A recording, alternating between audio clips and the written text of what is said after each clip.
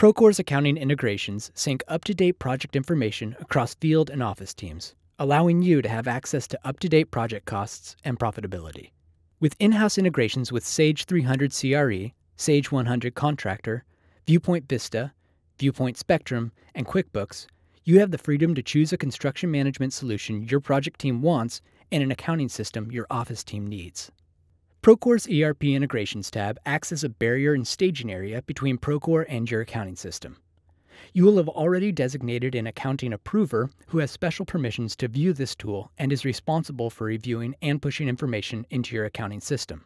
The accounting approver can review all project financial data sent to the tool by the project team, including cost codes, vendors, job costs, budgets, contracts, change orders, and more. This space provides ultimate visibility and control for your accounting team while allowing your project teams to give accounting updated financial data that they need. Check out the integration map for your specific accounting system in order to get a look into all items that sync between your two systems. Now, heading into a specific project, you can see the ERP synced icon, showing you that this project is synced with your accounting system. One of the items you can sync between Procore and your accounting system, among others, includes your commitment change orders.